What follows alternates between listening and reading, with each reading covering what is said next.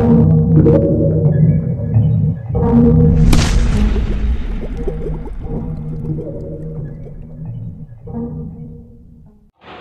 pagi Bapak Ibu semua. Mari kita merenungkan satu bagian firman Tuhan dari Imamat pasal 5 ayat 1 sampai ayatnya yang ke-13.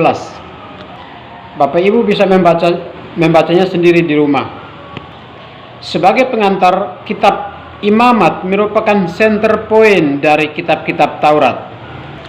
Dan secara khusus dalam kitab Imamat, center pointnya ada pada pasal 16 yang membahas tentang penebusan atau pendamaian. Mari kita fokus pada Imamat pasal 5 ayat 1 sampai ayatnya yang ke-13. Dari ayat 1 sampai ayatnya yang ke-4 berbicara tentang perkara dosa atau kesalahan yang dilakukan seseorang. Ayat 1 mengatakan bahwa kalau ada seseorang yang mendengar orang lain mengutuki, tetapi orang yang mendengar itu tidak bersedia menjadi saksi, maka ia dianggap bersalah atau berdosa.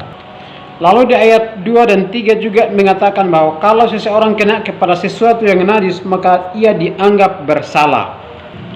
Lalu di ayat yang keempat mengatakan, kalau seseorang lalai berbuat sesuatu yang buruk dan sumpah apapun dengan teledor, maka ia dianggap bersalah. Ini adalah jenis-jenis dosa yang diuraikan dalam Imamat pasal 5 ayat 1 sampai ayat yang keempat. Bagian yang kedua adalah dosa harus diakui di hadapan Tuhan. Kalau kita menyadari hidup kita adalah orang yang berdosa, maka kita harus berani mengakui dosa-dosa kita di hadapan Tuhan. Sebuah dosa pasti ada hukumannya, sebuah dosa pasti ada konsekuensinya. Itulah sebabnya dikatakan bahwa dosa harus ditebus atau dibayar.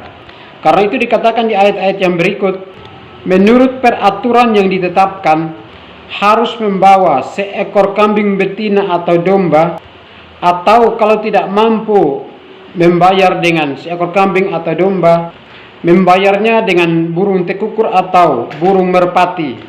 Dan kalau masih tidak mampu, harus membawa 1/10 eva tepung terbaik.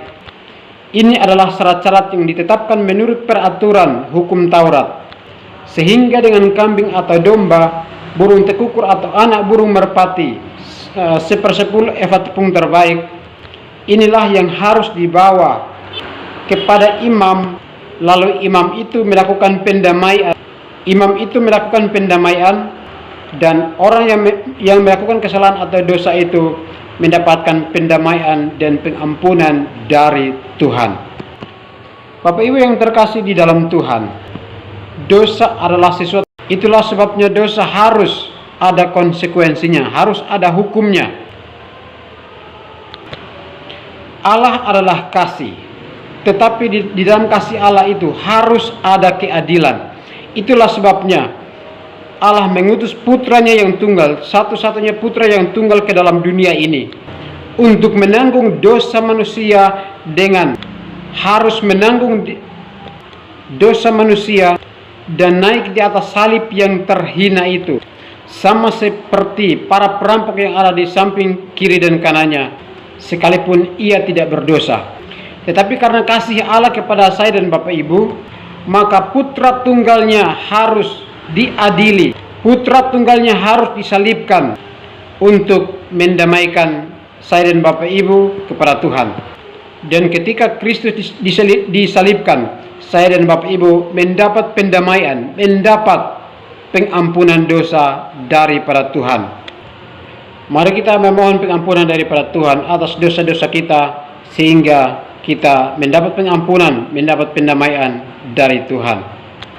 Kiranya Tuhan Yesus menolong kita untuk mengerti firman-Nya dan melakukannya dalam kehidupan kita setiap hari.